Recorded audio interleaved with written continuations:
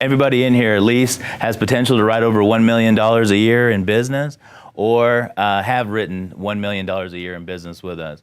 And we're here to talk about the services that DFS Marketing offers independent financial professionals, just like all of you in here. And what I'm going to do is I'm going to go around the room. You met my staff. Now we'd like to introduce each and every one of you. And I will start with Saeed. Where are you from and how do you say your name? My name is Syed Saleh. I'm from northern Kentucky. I am licensed in Ohio and Indiana and Kentucky. Excellent. And I've been in the business 35 years. Yes. Probably the oldest person in the business. You look good. You look good. Thank you. Does he sound like he's from Kentucky? Yeah.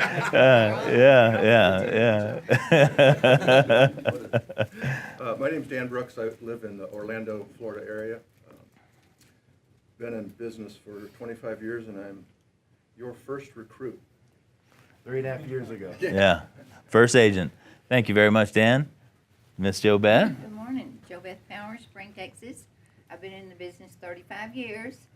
I've been with you at least 12. 12, 13 years, When I first found you, I never lost you. Yeah, that's right. That's right. I've worked with Saeed now for about Quite a long time. 12. Yeah, at least Long 12. time. Yes. That's Andrew Carrillo from Miami. I'm an investment advisor at CFP, been in the business 12 years. Excellent. Deanne Eaton, and I'm from Houston, Texas. Yes. Been in the business about 20 years. Excellent. Don Brothers, Spring Hill, Florida, just north of Tampa. Been in the business 10 years. Excellent. Ray Lepke, Western Michigan. I think 32 years been in the business. It's cold in Michigan. Cold. And Jeff. Jeff Williams, I live in San Antonio, Texas, and I've been in the business 30 years plus. Brian Sirota from, I guess Pompano Beach, Florida now. I've been in the business for about 25 years, 18 on the annuity side, offering those products. And I'm an RIA with SagePoint Financial. SagePoint. Nice. Randall Fry, I'm from Michigan, Detroit. Been in the business for about 30 years now, and my main focus has been life insurance, so I'm learning the annuity space. Excellent. Chris Viveros, out of Dallas, Texas. I've been in the business, I know I look young, but I've been in the business for about 20 years. Good. Jack Viveros out of Dallas, Texas, been in the business, he's my son, for, let's say, more than 25 years. Nice. Ken Walbridge, North Texas, 20 years. Nice. Gary O'Halloran, and I've been about 25 years. 25 years. Jeff Schultz, I have two offices, one in Scappoose, Oregon, and one in Tillamook, Oregon. Been in the business for 20 years. Nice. Byron Justice, Sugar Land, Texas. Been in the business 23 years, licensed in Texas, Indiana, and Missouri. Nice. So you can see we've got a very diverse group of folks in here, all the different, you think of all the different services that we all offer in here. But if you really want to put your finger on it, this room right here, you will probably never in your lives again be shoulder to shoulder with more annuity premium per year out of this room than ever in history. So this is a very good opportunity for yourself to network. Don't feel bad about getting cards from one another and communicating with each other down the line. But right now is you got to feel real proud of yourself. We appreciate everything. Now we've already gone over the services that who you are. Now we're going to go over who I am. We are going to be. I'm going to be filming each and every one of you in our studio right over there. We're going to film a 30-second commercial so you can get that out to people in your community about the services that you offer. And then we're going to be doing almost like a sports center interview with me. I'm going to ask you a trick question, spontaneous question, like something about annuities, something about yourself, something about your business. Just real quick, you'll do maybe 3 or 4 5-minute rant just talk. It won't be nothing scripted, and it'll be very quick, very easy. But appreciate you coming out. So now I'm going to be sitting in the hot seat, about to get roasted, and my commentator here is going to kind of just go ask me about DFS and who I am and what we're all about. I've been looking forward to this day for a long time. Well, remember whose name's on the door. All right. Well, can anyone guess where Julian's from? Anyone want to fill the guess? Kenya. Boom. Yeah, can you guess? Where's the prizes? I don't know. Where is Kenya? Africa. Yeah, Africa. I mean, Sam's from Kentucky. I'm from Africa. I mean, everybody Actually, in I'm from Afghanistan. Afghanistan, but you live in Kentucky. Right. Everybody in here is somewhere down the line from some, an immigrant came from some other, down the line from some other country, and we're all happen to be in the financial services industry. Yes, I was born in Nairobi, Kenya. Both of my parents were over there doing school, some kind of college, some kind of school work. And now I'm here in the U.S. Been here pretty much my whole life. So hopefully that answers your question. Perfect. And I never asked this before. How did you get here? I mean, what age did you come over here? Well, I didn't get here. I didn't get here on a boat. I'm not fresh off the boat. No, got to be some kind of 747 or something like that. Excellent, excellent. And where did you grow up? So, has anybody ever heard of a town called the Woodlands? Yeah. Everybody from the Houston area knows about the Woodlands. The Woodlands is based on what I can tell you. It's the elite, very very wealthy, high end people are from the Woodlands, and it's just a little town, big town now outside of Houston. And I didn't have any money. My mother, she's back there. She works here at DFS. She was a single mother raising us. She was cutting hair, and all of my friends were driving brand new Porsches to school, brand new Range Rovers to school. I'd go to their mansions and sit, and look out across the lake and go, man, our whole apartment is as big as your, bedroom. And, and everything was given to those kind of guys growing up. And, now you ask some of those guys where they're at in their life. Some of them are still living in that same house with their parents, They didn't earn anything. They didn't have to go through the school of hard knocks and get punched in the face a lot. Everything was handed to them on a silver spoon. And I'm the one with the houses on the lake, so just hard work, dedication, hard, grit, grinding, and, putting the best foot forward on every play. And so, long story short, the Woodlands, Texas is where I was raised, grew up there. Been all over the world, but to my hometown now is here in Conroe.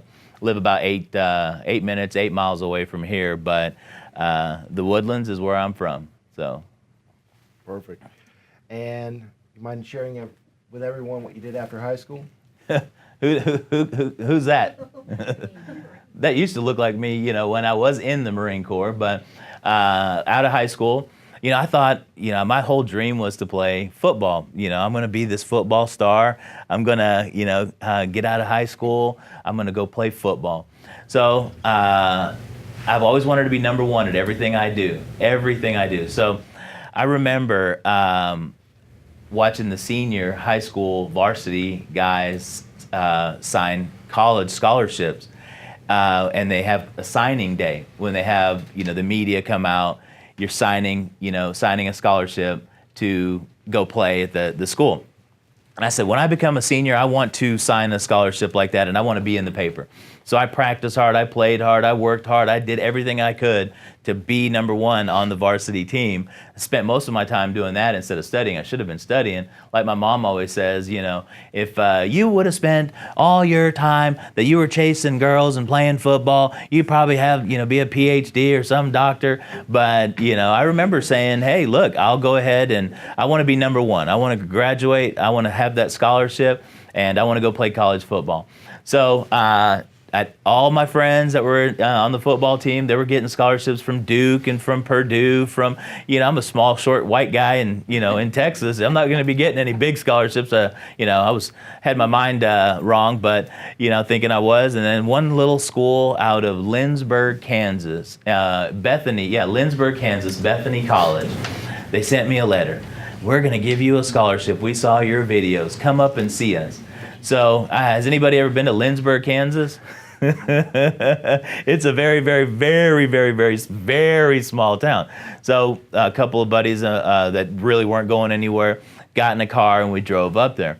And when I got to that school, I was looking around. I was like, "This is a college in the middle of a cornfield, and I'm gonna be, I'm gonna do it. I'll sign with you guys, and I'll play football for you, and I'll be one of your stars."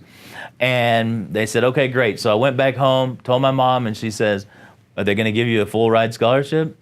And I said, "I don't know." So we checked it out, and they said, "No, we're going to just, let you come to the school here. You have to pay still." And I'm thinking, She says, "I'm not paying for a single thing for you. You need to get out there and make it happen." So I said, "Well, what am I going to do?" Well, the Marine Corps, they've been knocking on my door. The recruiters, they're relentless. I wish I had all recruiters working for me. They lie, they cheat, they do everything they can to get you to sign up. But I'm glad that I did. Sign up. And when my recruiter, he says, "Julian, what you need to do is you need to graduate #1 out of boot camp, and we will give you a set of these dress blues." And I'm like, dress blues? That's the nicest looking uniform I've ever seen.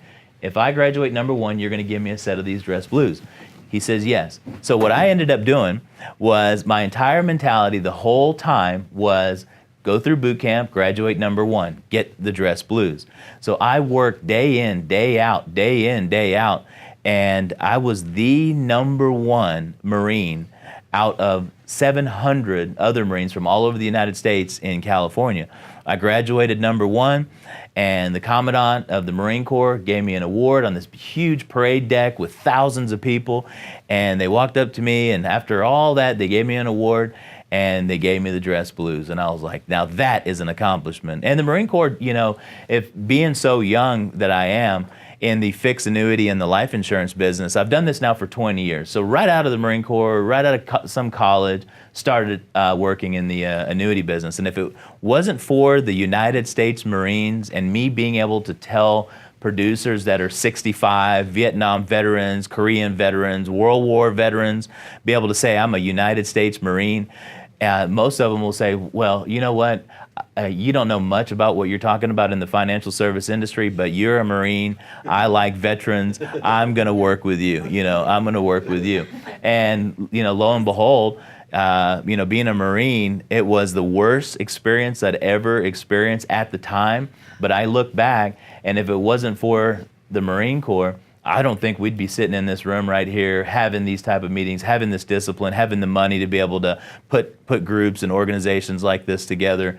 So I do, hold the Marine Corps, up there on the pedestal. The founder of Goldman Sachs, he was a Duke graduate, just had many, many credentials, and he is quoted in his autobiography as speaking more about the Marine Corps. He was a Marine as well, more about the Marine Corps than anything else in his career. Is anybody else in here a veteran?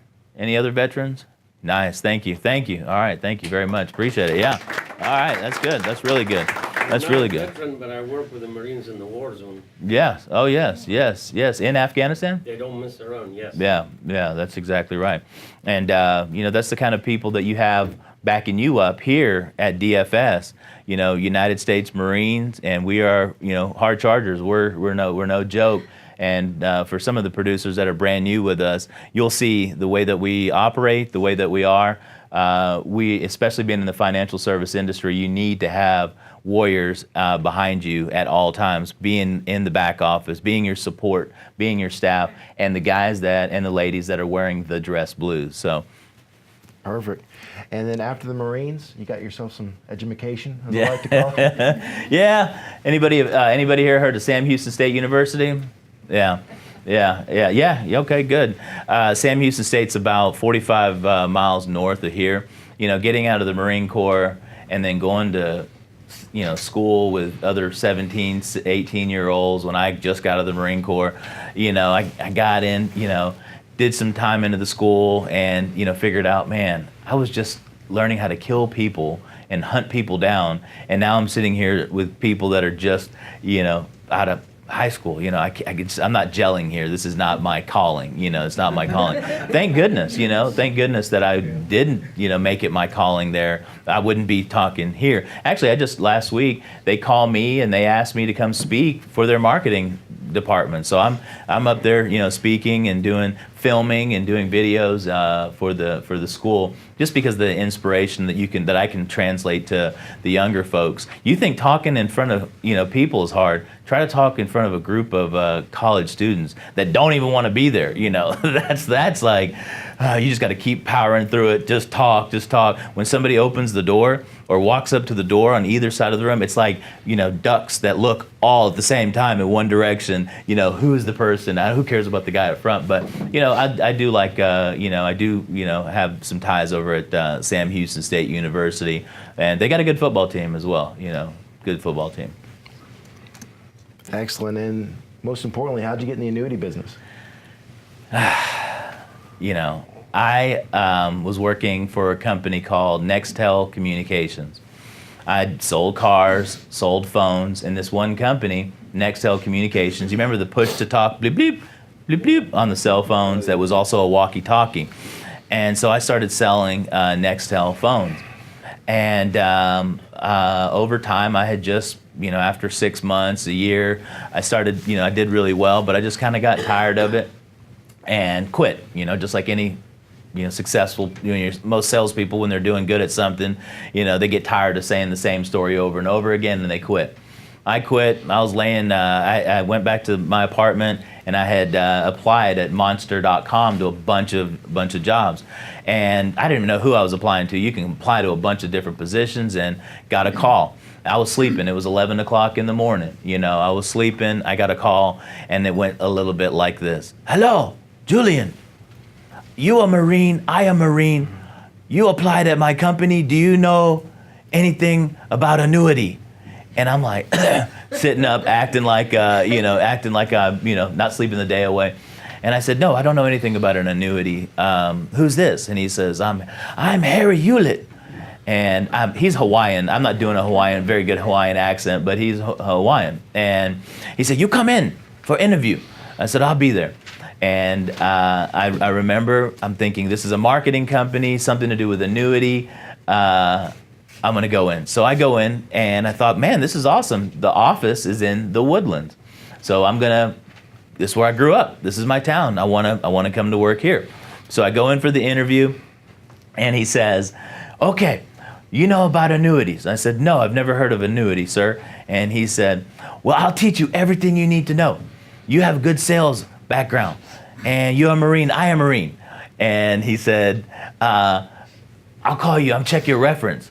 I'm gonna check your references first. And I'm thinking, my references? I don't have any reference. I quit. I didn't do good. I'm not, I don't have any references.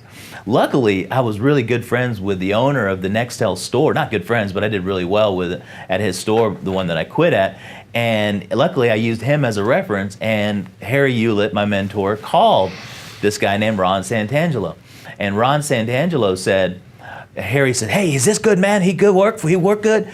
And that guy said, if Julian Dougharty was in the state of Texas, I would bribe him in any way to get him back. He's that good.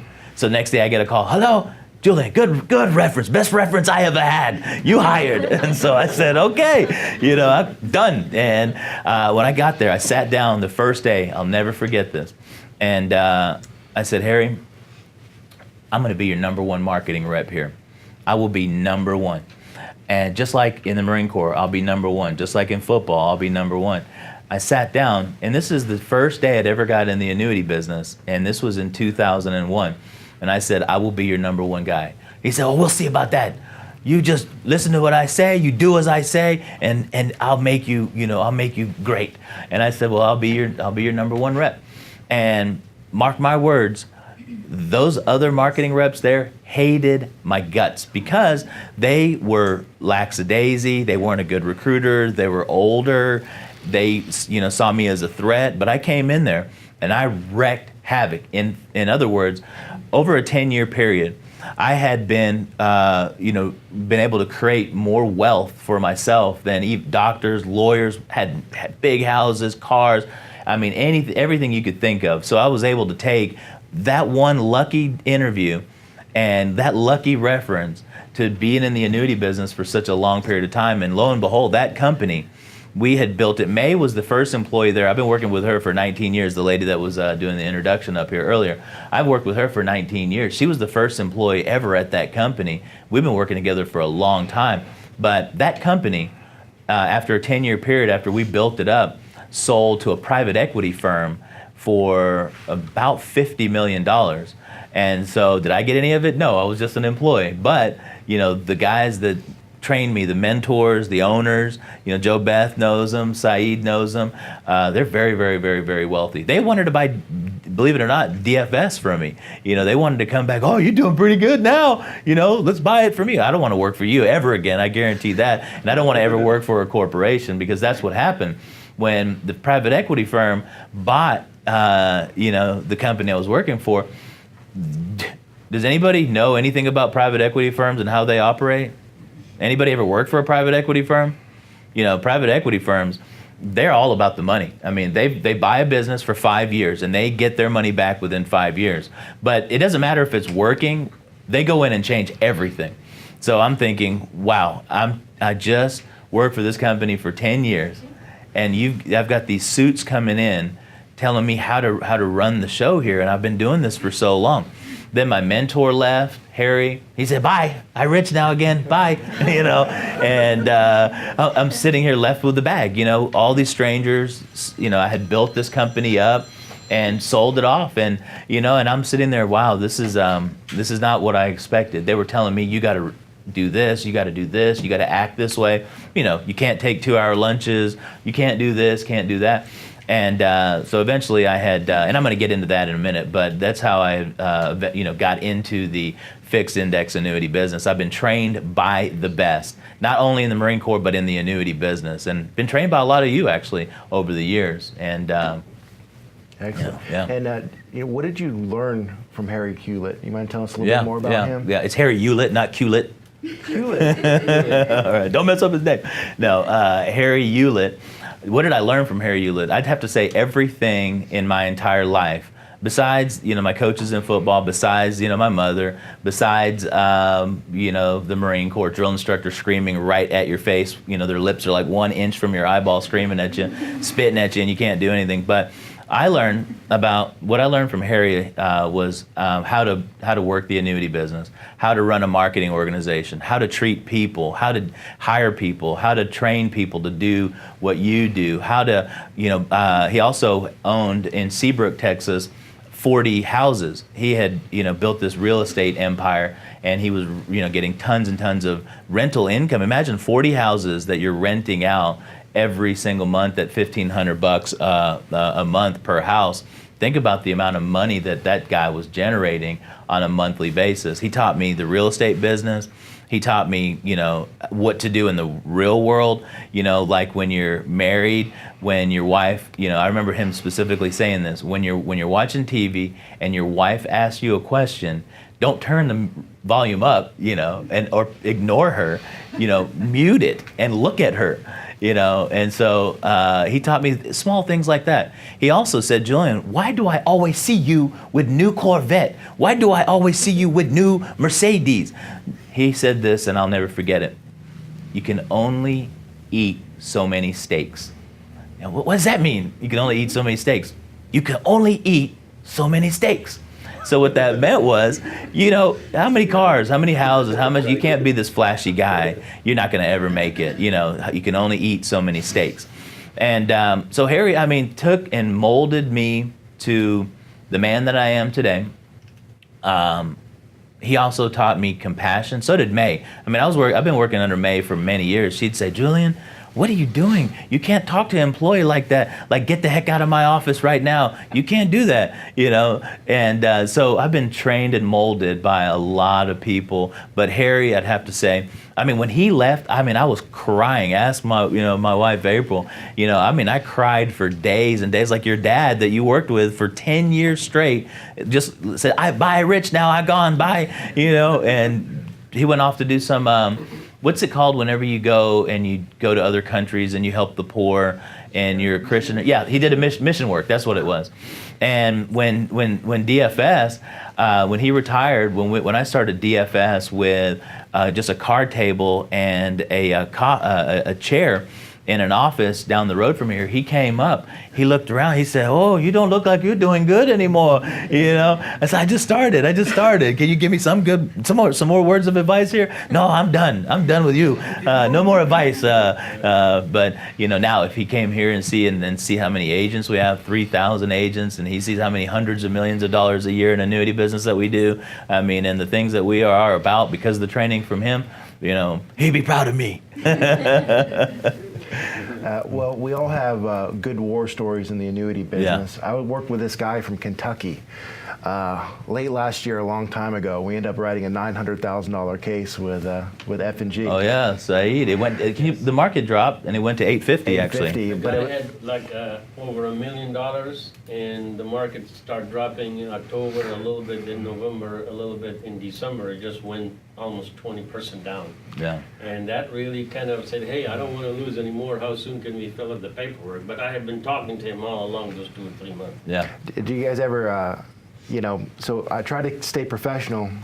So he calls me, and he's like, just same tone. Hey, just wrote the $900,000 case. Thank you, Syed. I'm running all around this whole thing. If you've seen the elephants trample people, that was me running over Chris. But that being said, you know, you have a pretty cool war story as far as a celebrity. Well, you know, over 20 years of wholesale and fixed index annuities and thousands of agents, you hear, you know, you come across some celebrities. You know, you come across just in your, you know, if we get 100 apps per week, you know, some of them's going to be famous. But I remember at the most famous one was when I was working at the company BHC Marketing. That's the company name. I never said it, but anybody heard of BHC Marketing?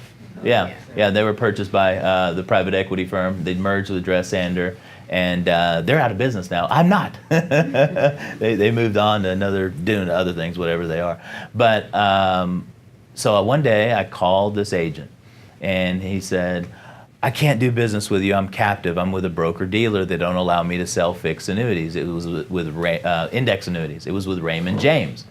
And I said, well, okay. He said, but I just had a grandson yesterday, and we named him Julian, and you're Julian. I do have a $12 million case I want you to work for me. I said, well, I thought you couldn't sell index annuities. He said, I can't. It has to be a fixed annuity. Has to be a 5-year fixed annuity. Has to have a interest rate of 5% a year, and I got to get paid a 5% commission. And he said, if you find that, and it's got to be A++ rated carrier. If you find that, we got a deal. I'm like, all that stuff? How am I going to find all that? You know, how am I going to find that? So I went to a couple insurance carriers and Sun Life Financial of Canada. Anybody remember Sun Life? Oh, yeah. Yeah, Sun Life, they used to have that index annuity that everybody loved, 11% commission, 90% liquid, no caps, 100% participation rate. You know, it's a good product. A++ rated carrier. Man, we made a killing at that one. But he said I wanted a fixed annuity. So they had a Keyport 5-year. And it was the Keyport Value 5-year term. So I went to them and they said, $12 million case. You know, we got to get special approval on that one. We got to go ask the bosses and got to do this. You know, we just don't take $12 million deals. So they asked me, well, what's the client's name? I said, I don't know. They said, well, you need to get the Social Security number and you got to get where the money came from before we can give you an approval on a $12 million case. They came back, you know, I gave them all the information. I was nervous to ask the agent, you know, those kind of questions. They're very personal. You know, on a $12 million deal, what do you mean? I just talked to you on the phone for the first time and you're asking me this client's Social Security number and you're asking me where this money came from? I said, well, that's what they need. He said, okay. So they came back with an approval. They said 5% for 5 years and the commissions is 3.5%. I said, okay, maybe he'll take this. He wanted 5, but they said 3.5. I called him back and I said, hey, got a deal. He said, I said 5 years, 5%, and 3.5% commission. He said, oh, Julian, that's not what I said. I said 5% commission, 5. And he said, go get me more commissions. So I went back to the carrier. The carrier said, no, 3.5 is all we got. 5, and 3.5. So I called the agent back and I said, hey, this is all we can do. And he said, well, fine, I can't do the deal with you. He said, but I've got some advice for you. Why don't you give me your commissions too? I said, give you my commissions? How do you do that? He said, I know you got a pretty good little override on that. You're going to give me some of your commissions so we can make it at least 4, and I got a deal. I went to the owner of the company and told him. He said, no, we're not giving up any of our commissions. I'm like, I'm not going to get this case. You guys are making it hard for me. And he finally decided to give up, a little bit of money on the deal. So I went back to the agent. He said, we got a deal. I said, okay, well, here's the app. Go write it up. A month goes by, call him up. Hey, where's the app? He said, this is celebrity. I can't just do, he's a high profile. He's a speaker. He talks. He goes everywhere. And I said, well, when are you going to get the app done? And he said, when I can get it. So then another month goes by. The owner of the company, Sun Life Financial's calling me. They're calling, where's this money? Where's the money? Where's the money? We did all this work. Where's the money? Where's the case? $12 million will help, boost up some serious revenue. Then I call him and he says, no, I don't have it yet. I call him again. He says, yes, I've got the app. I said, you got the app finally? I said, fax it to me. So he faxes me the application. It goes through. Remember the fax machines back in the day when it actually used to come out of a machine, the piece of paper? Now, fax machine goes into the emails. But I got the app, opened the owner's door, ran in. He was in a big meeting with a bunch of people with ties on and suits, and I didn't care. I interrupted. I said, I got a $12 million deal. Boom, slammed it on the desk, and he said, Julian, pretty good job. It's a pretty good job. You know who this is? And I said, no, I never even looked at it. He said, well, look at the beneficiaries. George. I said, George. He says, this is George Foreman, the boxer. And I go, that's unbelievable. Left the office, jumped in my car, drove to my house, opened the door, opened up the pantry, pulled out my George Foreman grill, sat it down next to the application, compared the signatures, because George Foreman signs all the George Foreman grills, signed the application, looked at the application, looked at the grill, and it was George Foreman, the boxer. I mean, you couldn't ask for a better deal. But we've done deals with Janet Jackson, Jill and Lloyd Block, the owners of H&R Block that we all have out here in Texas, senators, major real estate moguls, very, very wealthy people. I mean, seeing deals like that every day for 20 years, people writing checks out of their bank accounts, $900,000, $700,000, people working for factories and companies for 30 years. Some of the stories you hear, this person started working at this, sawmill when they were 15 years old. And this money, Julian, that we're about to roll over is from 50 years of work. Imagine working at a sawmill for 50 years when they started when they were 12, 13 years old. So the amount of money that I've seen come across my desk is in the tune of about $700 million. Probably by the end of this year, I'll be at $1 billion in wholesaling premium. But seeing all those kind of cases for many, many years coming through my fax machine, through my desk, seeing that amount of money all the time coming across, eventually helped me take the money that I'm earning and not, buy so many steaks with it, if you will, and start saving it and buying real estate, buying homes, getting the rental income coming in, and being able to create a wealth that's at 41 years old, the wealth that I've been able to create has been, I owe it to a lot of people in this room, and owe it to Harry, and owe it to myself and my mom and everybody else. But that was probably the most famous agent case I have ever dealt with. It's probably going to be the most famous case, anybody's ever dealt with before. And with all that wealth, you decided to start DFS. Can you tell us that story? So that was that. It's not all blue skies. So when the company, when I started DFS marketing, I was telling you, the private equity firm bought BHC Marketing. They came in, and I immediately started figuring a way out. How do I start getting out of here? How do I get out of this company, but also take all the agents that I've worked with for all these years with me so I can start a new company and just kind of take all the customers? Well, that doesn't work too well. It does not work too well.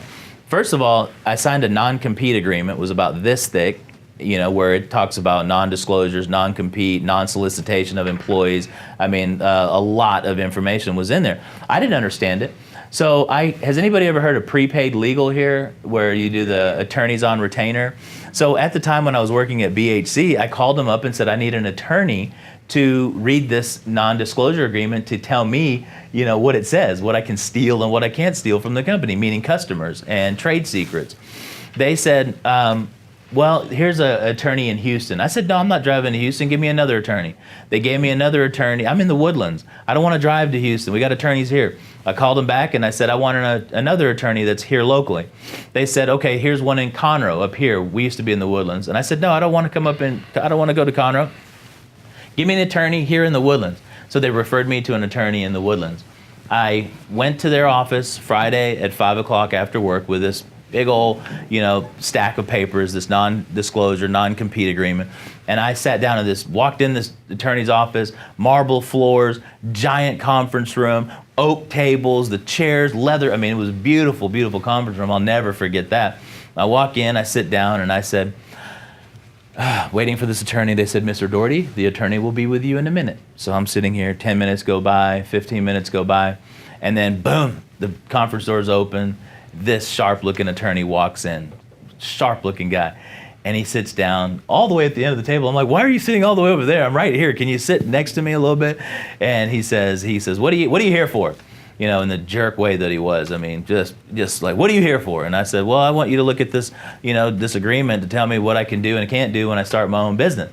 And he said, well, let me see it. So I, handed it down the long table, and he says, I'll never forget the laugh. This BHC Marketing, they're my customer. And I'm like, they're your customer, and I just told him I'm trying to leave. I want to see if I could take the customers with me, I want to, and they said, he says, I can't talk with you any further, gotta go. And I'm like, what did I just do? What happened? So I leave, and I'm in the hallway, about to hit the button on the elevator, and the attorney opens the door. He says, I bet you're wondering if I'm going to tell BHC about you by the time your finger hits that button. And I said, well, yeah. So he says, well, don't worry, I won't say anything. Close the door. And I was like, okay, Bing, good. Thank God he's not going to say anything. And I get in Monday, scared to death, worried that he is going to say something. I get there Monday, and the president at the time, his name's Dr. Shelby Smith, calls me in his office. I'm like, oh, he knows. And Dr. Shelby Smith, PhD, he's still my mentor to this day. I still talk with him. He hated me at the time because I was making more money than he was. But he said, he had two pieces of paper in his hand facing him. They were just white to me. He says, pick a letter. I said, what do you mean pick a letter? He said, this is your termination letter or this is your I quit letter? Which one do you want? They told me. And I said, well, I'm not quitting. So I took the termination letter and went home. My wife and I, we just bought this brand new big house in a very elite neighborhood, like a month into it. The the mortgage was about $5,000 per month. And I said, babe, I got let go. She started crying. What do you mean you got let go? What about all this stuff? What are we gonna do? I said, don't worry about it. I got you covered. I got money built up. I have $500,000 in a 401k. I've got this. We're gonna use that. We're gonna start the company that I set out to start, DFS Marketing. And I started I went next door. They had a office space available next door to BHC Marketing. I was like, I'm gonna get them. I'm gonna start an office right next door to them. And I went, got the lease, signed it. It was an office. Probably about from that wall to this wall. It was a chair. I had a chair from a lawn chair, brought it in, and I had a card table. Remember those card tables, kind of like what you guys are sitting at right there. But it was a card table, and went to Fry's and got a laptop and started calling. And I was calling my old clients. I was like, I'm gonna steal them anyways. I'm just gonna take them. Well, lo and behold, I get a knock on the door. Boom, boom, boom, boom. we told you don't call the agents. We told you don't call the agents. And there was attorneys behind the owner of the private equity firm had his attorneys standing right there, and I'm like, fine, I won't call them. Fine. I didn't want to go to battle with these guys, you know. I wanted to just start clean. So I said, fine. He said, don't do it again. We'll leave you alone. So they left me alone, and I just went to marketing. I went to recruiting. And we've been in business now for 9 years, going on our 9th year right now, and built it to, you know, I took everything that I ever learned, every ounce, every penny that I ever put into anything, put it into DFS, where we're at today.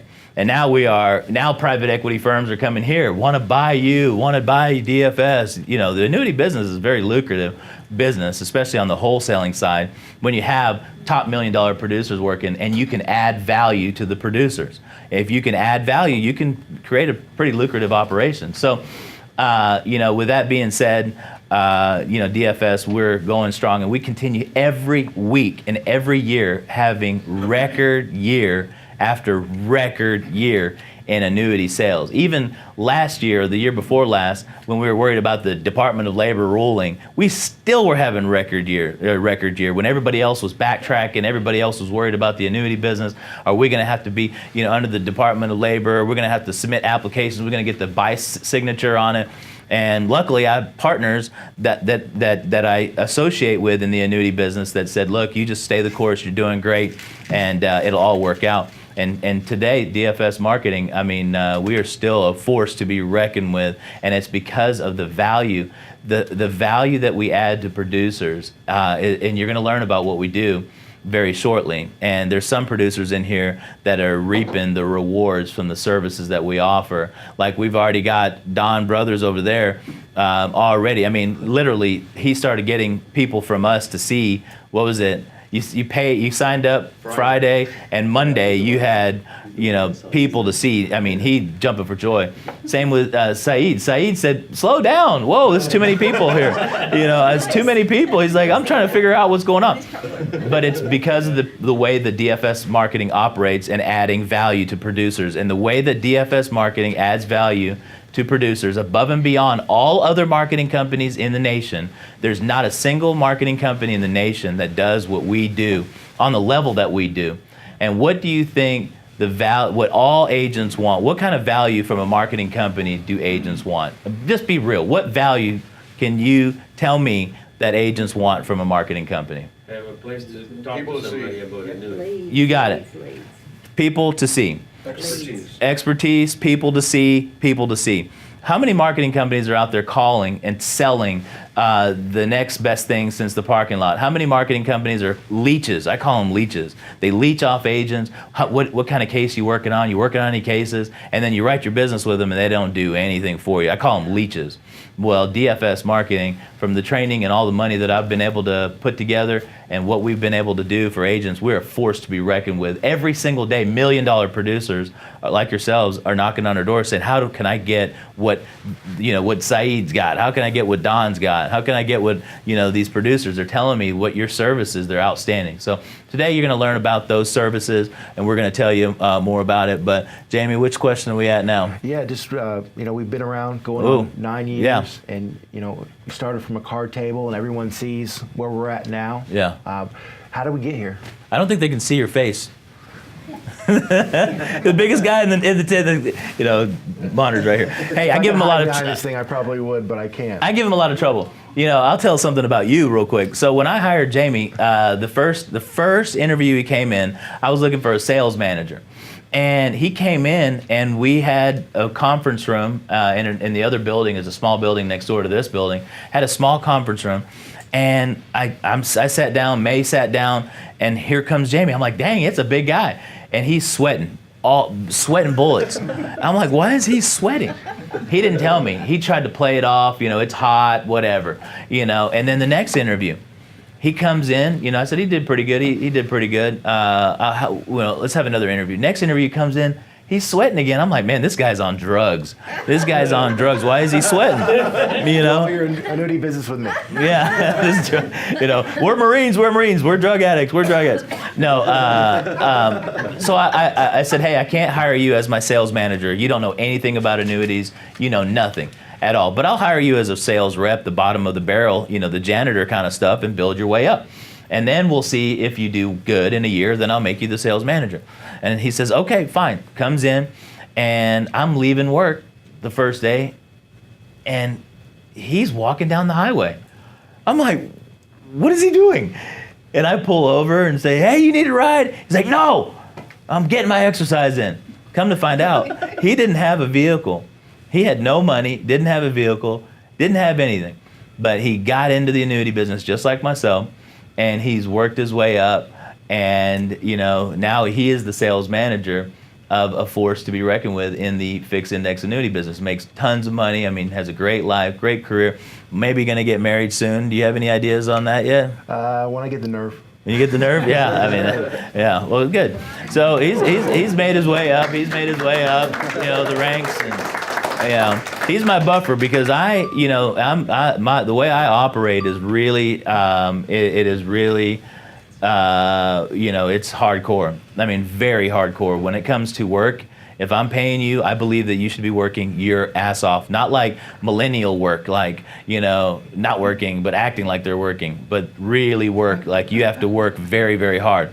You have to come in here and you have to bleed and sweat for what you do. And so he's my buffer because if I see the phone time off, if I see, you know, I mean, not too many companies that have started in the annuity business that are now, you know, with nothing and now are 9 years old. It all starts with the leadership and what kind of leader, what kind of worker ethic do you instill on your people. And sometimes I'll tell Jamie, you make them do this and do that and do this. That's what I had to do. He's like, whoa, he's my buffer. Julian, you got to calm down, slow down. You can't tell your employee to work, you know, do this or do that. Calm down. Don't let him go. He just was late 5 minutes. Don't let him go. You know, I got the old school instilled in me. But good work, Jamie. I appreciate it. So I'm going to answer your question. Where do I see DFS marketing in 8 or 9 years from now? I already know. I mean, I can already tell you from where we were at just 3 years ago to where we're at today to where we're going to be at. I see DFS marketing having 100 marketing reps, being on this entire floor, having the entire floor, and, you know, doing $1 billion a year in fixed index annuity business. Because right now we have something that is so unique. What we built, our guaranteed prospects to see one-on-one appointment program. Nobody else has it. It's very unique, and it works to get producers in front of people like magic, and no human interaction, all technology doing it. People show up like showing up, you know. I have agents saying, like, Saeed, I don't want him, I don't want that many. I said, Saeed, just yesterday you were saying you want people, now you're saying you don't want the people. Slow it down, my friend, slow it down. I'm like, okay, Saeed. But just to make a long story short, you know, DFS marketing, you know, is gonna be, you'll see us, you already are here, you know, you'll know, we'll be, you know, but none of that has anything to do with each and every person in this room. Maybe it does because we're here, we're a company that's gonna be here, been around, gonna be around for a lot longer, but I say that what I can offer you, and every marketing system has its timeline. Marketing systems don't last forever. Just look at, you know, some of the systems that you guys used to do, like dinner seminars, like radio shows, like direct mail leads. You know, all marketing programs are like freight trains. They run until they go and go and go until they run out of steam. And so what I have right now with our guaranteed prospects to see program, it'll last. It'll do $1 billion in annuity business. I know it, but it's gonna, you know, dissolve. So we gotta, you know, like all marketing programs, you know, they wear out. They wear out. People get desensitized, if you will. So I believe DFS marketing is going to be one of the largest marketing companies in the nation. We've already done it once, sold it for $50 million. I didn't get any of that, and so that's where we're going to be. You coming with me? Who's coming with me? I'm coming. All right. Not to bring up a bad subject, but what happens to DFS if you get hit by a bus? What happens? So what happens? So the succession plan DFS, if I walk away and not even show up at this door, most of you don't even work directly with me anyways. You're working with my marketing reps. But remember the guy that I just talked about that was walking on the highway sweating on the first interview? He takes over. So then we've got Eric. He takes over, sales manager. So a true company, the owners are not the technicians, meaning working on cases, calling the agents. I used to do all that. But you got to have your leadership. You got to have people in line for that. So hopefully that answered your question. Thank you. Yes. Strange question. I'm looking at DFS marketing, and obviously the D stands for Dougharty. What's the FS stand for? Well, originally when financial solutions. Financial solutions. Yes, when I first started my real estate business, went down to the Conroe office here. When I was mentoring under Harry Hewlett, he said, "You take this bonus, go buy a house, get a DBA." So I got a DBA, and it was Dougharty Financial Solutions. And now DFS Marketing, Dougharty Financial Solutions. I don't see it in any of your literature, that's why I was asking. Yeah, secret. I know. Now you know it. Yes, I think there was another question. All right, let's roll. I'd like to interject one thing. Yeah. You know, I've been for going on 4 years, and I've seen this company transform. I mean, it's night and day from when I started. I remember I came in and when I first started and had a meeting with May and Julian. We were talking about this internet and LinkedIn and what Facebook. Yeah. Facebook, what? Yeah. We got mailers. But ever since I've started, what I can say about Julian about hard charging is we have really worked hard, tried everything under the sun to be able to establish giving you guys value, to be able to find a way by hook, by crook, by whatever means necessary to find agents people to see. And it's a very exciting time in DFS right now.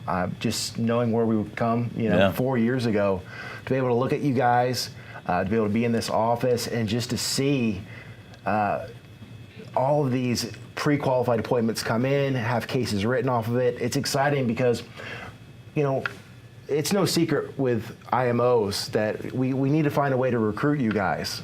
And we have to have something of value to offer. And to be able to have that and to be able to train my staff on being able to, hey, look, what we have works, what other IMOs have doesn't work. It's very simple. You have to be able to communicate that to agents. It's a lot more fun to do that than to be able to make anything up. We do what we say what we do, and that's what I see with DFS, is us being able to build relationships on honesty and adding value. Yeah, So we're I just not wanted to perfect. interject We're that. not perfect by any We're far means. from perfect, but we're going to find a way to do it, one way or the other. When everything's changed and social media evolves, we have the team around us in this room that's going to be able to evolve with it and continue to add value. So Yeah. I just wanted to interject that. Yeah, thank you. And that being said, how do you see technology affecting the insurance industry in the last 5 years? Well, if some of you in here might not believe me. Some of you in the room may be on board pretty quickly, but I believe technology, if you are going to be in the financial service industry within the next 1 to 2 years, and you haven't started grasping technology to generate prospects, you're going to be left, I believe, behind. I mean, it's the truth. If you're not, technology is going to be the future of selling fixed index annuities. There always will be. I've never seen a client transfer over $500,000 to a computer. So there's always going to be that human touch involved. Agents, are going to need, the customers need an agent to be able to tell them, a breathing, living person. But I believe technology, to get your word out, get the word out about what you do in your community is vital. It is the future of the financial service industry. So technology is at the top of my list. I don't even talk about anything else besides technology. I think DFS Marketing really is a technology and a media company. That's the way I'm taking it. And that's the way that we're providing people for the producers. And that's what we're going to be doing here in the studio, is filming you, giving you a commercial, 30-second commercial about the services that you offer, so you can get it out there to people in your area about what you do, who you are, how you operate. what you look like. So technology, Jamie, I'm telling you, is everything to me. Yes, sir, Ryan? Since you brought that up. Yes. Because I've been looking at that to a great deal, and I've watched the evolution of annuities, the payouts. I actually had an exclusive contract with Sun Life when they had 11, I was doing 11 3/4. Yeah. Obviously Sun Life went out of business, now they're, spun off another. Yes. Whatever, but my concern is that as technology improves, that there will be a shift in the industry, and the insurance companies will start benefiting from that. It will bring down our commissions, because it'll be making our job easier. And yes, we might be able to write more premium, but at a point where then it's gonna choke everything out. Where do you see the lifeline of an agent? Because we're seeing that shift in the Medicare. Agents are already concerned about what's gonna happen with their commissions and trails. I see it. So I'm trying to see how that, because for me, obviously, I have managed money as well, but I'm looking at how that's gonna impact the futures, because whenever I write commissions, I always write with the trails. Yeah, you want that money coming in. So Brian's question, if you couldn't hear him, is how is technology going to impact the financial service industry as agents? That's the same exact question that every industry that's dealing with technology. Robots are building cars. Robots are, technology, artificial intelligence is taking over, telemarketing company. I mean, so the answer to that question, and I get that same question asked quite a bit. So that's why I said that every marketing system has its lifespan. They all run out.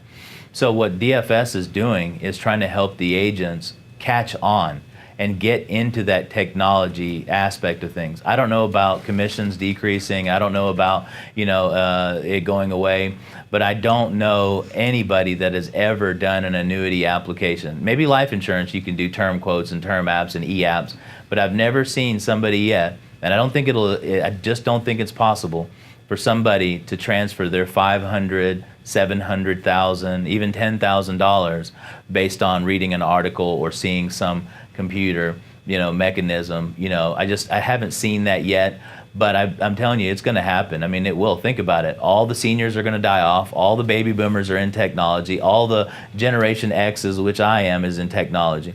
So it's going to be there. So what DFS is trying to do is trying to get the agents, while you're in here, while we're in the studio, at the forefront of technology, to start getting used to not being the person in front of a client all the time, but now being a voice on the World Wide Web.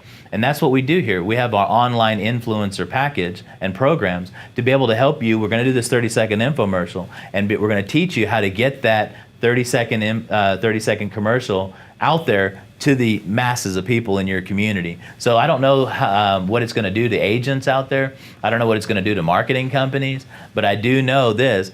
I'm not going to fight it. I'm going to get with it. I'd rather fight with it up front now than fight with it down the line. So get with it now, or you're going to be having a tough time trying to figure it out down the line. So hopefully that kind of answered your question, Brian, because I don't think there's a real answer. And I know your son is a social media expert too. So, he's helping you do that now, I believe. Any other questions? Well, I think that's going to be just like the monkey said when he got his tail cut off. It won't be long now. Yeah. So that's going to happen sooner. Because if you look at like transferring money, look what Zelle and Cash App is doing. Right now, we can transfer money to each other with Zelle without even going through a Chase or Bank of America, anything. I did that with my son in college. Yes. Without going to a Western Union or wiring. And we talking about doing it right now. I can send you $5,000 and it'll be in your account to use like that. Oh yeah. Without going to an ATM machine or calling a bank or anything. So I think that's going to happen sooner. You're talking about that transfer an agent to a person. I think it's going to happen sooner. It is. Than later. It is. So I'll tell you what I'm doing here at DFS to try to, get with it or get out. So I have one business right now at DFS, and it's marketing reps, calling agents, offering the services that we have, training them on annuity products, and then getting them to go make the sale to one of their customers. How long is that going to last? We've already been doing that same method for 20 years. How long is that going to last? So maybe 5 months ago, I said, well, I need to create another business at DFS. I need to create another entity, which is a media company, which is all internet-based, everything internet-based. So every single day for the last a lot of you seen the videos, a lot of seeing what we're doing. Over the last 5 months, we've been trying to create almost like a virtual marketing organization for DFS, and then ultimately help build virtual agents around DFS, which are each one of you. And then last week, I spent a huge amount of money, more than most people make in a year, on a new website that is all virtual. You know how now you go onto a website and it's most of it's a lot of text. You have to read it all. Nobody reads anymore, really. The website that we're developing and building is all video site, which is like a globe spinning, and it's all videos teaching agents this, doing that. Can't spill all my candy in the lobby yet, but it's the future. So you just hit it on the head. Everybody in here hit it on the head. If you're not getting with the technology aspect of your practice, it's gonna be tough for you. So many producers tell me every day, I've been doing this for 20 years and I get referrals, and in my small town, seniors aren't on the internet. God, that's the old way of thinking, sir. You got to think of the new way, and they're going to die off. And the senior population is the fastest growing internet users in right now in the sector. So you got to get with it. So that's what we're trying to do here today. All of it's really going to be about technology and how to get yourself into technology. So you're right about that. Perfect. And just like what we're hitting on is technology, social media, making everything just so much easier than it was a decade ago. And it's creating massive shifts in every industry, especially ours. Do you mind, just sharing the way you see the way social media affect our industry? Oh, so anybody in here done a traditional dinner seminar? You remember dinner seminars? Yeah. Where you could do a 500-piece mailer, and you could invite seniors to your local cafeteria and do a seminar. You could maybe send out 500-piece mailer. You could probably get a room full of maybe 100 people 20 years ago off a 500-piece mailer, and you could write $3-4 million in business. Man, it was good. We used to write, we used to write millions and millions and millions. How many times, marketing reps in here, do I have to say this on these meetings and nobody follows along with me? All right, let's try it again. We used to write millions and millions and millions and millions in annuity premium from dinner seminars. Thank you. I think every single meeting I keep getting you guys to do that. Now I got to call you out in front of everybody before you guys do it. So, but I'm telling you, technology now, you could do a 10,000-piece mailer and try to invite people to a seminar and maybe get 10 people to say they want to sign up, but only have maybe 3 or 4 people come, or 10 people come to that actual seminar, and then all of them just want to see what you got on the plate for the dinner, for the lunch, and then they're not going to do business with you. And has anybody spent $10,000 on a marketing system and didn't make a dollar back before? That's doing seminars now. You got to budget out like $40,000 or $50,000 to do dinner seminars in today's world. If you do a dinner seminar, you could spend $200 on Facebook ads, and you could invite people to a dinner seminar at the same restaurant for $200 and have 50 people show up. 50 people for $200 compared to $10,000 for 10,000 mailers, and so technology is so far ahead of anything you could ever imagine. You could spend $200 on Facebook ads, running an ad. You can do the demographics. Say I want people that are 65 years old. I want it to be in, let's say, Conroe, Texas, and I want them to be homeowners, and I want them to have this income amount. Facebook has their algorithms, and they'll place an ad that it's a picture, like you could put a picture of a meal like a steak and some potatoes and some peas on the ad, and you could say in the headline, dinner seminar Wednesday at 5 o'clock at the Sizzler restaurant. Click here to register. And for the $200, you could get 50 people to attend that seminar. So hopefully that answers your question just about the technology side of things. Okay, so now the way I look at marketing, being in the annuity business now for 20 years, seeing it go from doing dinner seminars, Joe Beth, we used to do these one-on-one appointments called cold solutions, where we would do a mailer to seniors that says, you have an annuity coming due. Call us. We didn't know if they have an annuity or not, and I wasn't doing it. It was another company that we would pay to do this. But people would answer this ad and say, my annuity's coming due? I didn't know that. And then we'd send an agent out there and they'd say, yeah, you got an annuity. Or the lady would be standing at the door saying, where's the annuity that I've got coming due? You know, I'm broke. I need the money. But we could write a lot of business. You know, we used to write a lot of business from direct mailers. And now you couldn't do anything with a direct mailer, because if a client puts their phone number on it or their email address, they're not going to answer the phone when you do call them to try to schedule an appointment. They're not going to reply back to your email.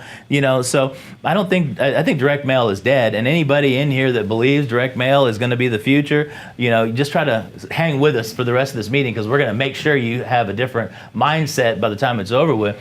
But I believe social media is going to be, you know, social media, my grandkids do that. You know, that's for my 12-year-old daughter, Instagram and that Snapchat and that YouTube and that Yahoo or whatever the heck. No, it's not. It's funny that we're laughing about it, and I can't even believe that I'm saying it in 2019. But you're going to watch a video about me talking about this further when I'm in the studio, pounding it in your head that technology is the key to success, and if you're not doing it, you got to do it. Does anybody have one of these right here? What is that, Julian? Calculator. You know, it is. You remember when calculators used to, you know, really actually be a lot bigger, Texas Instruments and all the different buttons on it? I was like, get that out of here. I don't know how to use that. But this is a smartphone. If you're not using, you know, this is a $1,000 phone, brand new, the Apple, top of the line. You know, this thing can take a scan of my face and unlock the phone for me. Fingerprints. I can pay for stuff with this. You know, I mean, think about the things that we're doing. I can have meetings with this. I was driving, we were in the back of a limo, and yesterday driving to meet some of you guys at the restaurant, and I was doing a real estate deal from my phone, signing the contracts, boom, pay me, you know, from my phone. So this is a smartphone. If you're not using this to make you money as a financial professional in 2019, it is a dumb phone. It is a dumb phone. If you're not using this phone every day to generate prospects, it's free. You know, the social media is free to do it. You can post stuff every single day and get prospects from it.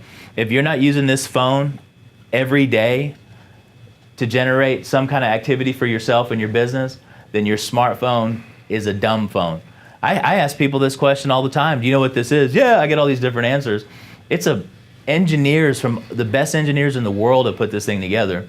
It is the most high-end, one of them, high-end phone. So use it to generate prospects for yourself. I'm not selling this, it's free. All the stuff is free. The Instagram, the Snapchat, all the YouTube, all the different services out there. It's free. All I'm trying to do, I'm not trying to get some kind of gratification for telling you this. I'm just telling you this, that if you're not sending out 1 or 2 tweets a day, tweet, what the heck's a tweet? You know, if you're not, it's a free app. You just download the app. If you're not sending out, the algorithms connect you with people that are your age. They do it for you for free.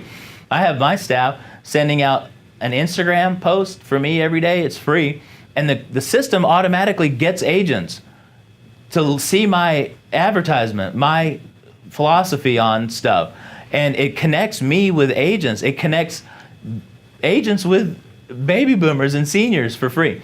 So if you're not using this right here to help you generate activity in your community, then it's a dumb phone. So, it's so important that you use this little piece of technology. And I'm not going to call you out, Joe Beth, but your phone is old. I saw it the other day. I was like, God, you said but it's a smartphone. So that's what I wanted to say. That's right. And she says, it's a Motorola. Don't be messing with my Motorola. And I'm like, Motorola even makes smartphones? Yeah, they do. My husband loves Motorola. And I'm like, okay. But you got to use this. Yeah. You got to use this. You got to use this to generate activity for yourself. I know we're running into the time. Yeah, so just in summary, what are we doing here today? Okay, what are we doing here today? So there's a couple things. We're here today to bring groups of top producers to be able to show you, and not just tell you, put a face to the voice with my people, my staff, but show you, literally show you, and have producers in here that are, Don, you were here, you started with us, your partner started with us, but you started with us 3 weeks ago. You contracted with us. You got through the paperwork, you got through the training, and this week you already started seeing people. So we're not here to do anything besides help you learn technology and understand technology is the key to success. Doesn't matter how old you are, doesn't matter how ugly you are, how pretty you are, how fat you are, how skinny you are. Don't be vain about the social media outlets. You got to use them, and you got to use it. So we're here to talk about DFS and why you should do all your annuity business with DFS marketing, and what we'll do for you in exchange for your annuity business. Is we volunteer to work together. That's what we're here to do. But I want to show you that DFS marketing is the Apple of insurance marketing companies. We are the future of insurance marketing companies. And I appreciate everybody that took their time to come out here and listen to me and hear what I'm about. I didn't want this meeting to be like a dictatorship. That's why we're interjecting with everybody and interacting and hoping everybody can feel free to speak up, anything that's on your mind, because we're here to teach. I'm not the smartest. I'm like Henry Ford. I don't know if you ever heard this. The Wall Street Journal, when Henry Ford was trying to build the rubber trees in Brazil, he bought thousands of acres and planted rubber trees for his Model Ts. The Wall Street Journal kept telling him, you're an idiot. You're never going to learn how to grow rubber trees. And over and over and over and over, they would bash him in the Wall Street Journal. He finally said, I'm tired of you talking about me like this. I want to have a duel with you. I want you to ask me 12 questions on a certain day. Tell me what subjects the 12 questions are about. And when I answer all of them correct, I want you to publish an article about me that I'm smart. So they said, okay. So they told him the 12 different questions they were going to ask. They showed up on the day. They walk in the room, the Wall Street Journal reporters, and there was Henry Ford sitting there with a big old smile. And there was 12 people with 12 phones in front of them. And the Wall Street Journal asked the question. He'd pick up the phone with that subject and ask the person, hey, what's the answer to this question? They'd tell him, and he'd tell the Wall Street Journal reporters, and they'd get that one right. All the questions he got right. They answered an ad. They ran an ad saying, Henry Ford is the smartest man on the planet. And what Henry Ford said, I'm not the smartest man on the planet, but I hire the smartest people to make me look smart. So that's what we're doing here today. I don't have all the answers to this technology stuff, but I pay big bucks to get it right. And I pay big bucks, experiment a lot. I mean, hundreds of thousands of dollars just in experimentation and, trial and error to get where we're at with our Guaranteed Prospects to See appointment program. It's not perfect. We're going to go through all that later, but I can tell you this much. The 2 Comma Club meeting, I feel it's going to be a meeting that you guys are not bored to death and like, oh, when can I get out of here? Those kind of meetings, those are the worst. So we're going to try to be innovative. We're going to try to be entertaining, but it's all about making more money is the reason why you're here at the 2 Comma Club meeting. Hopefully that answers your question. Making more money, really. Perfect. Yeah. Well, with that, everyone, thank you again for coming. We're going to take a short 10-minute break, and then we're going to hear what's going on with Nassau Re. There's some exciting things going on as far as commissions.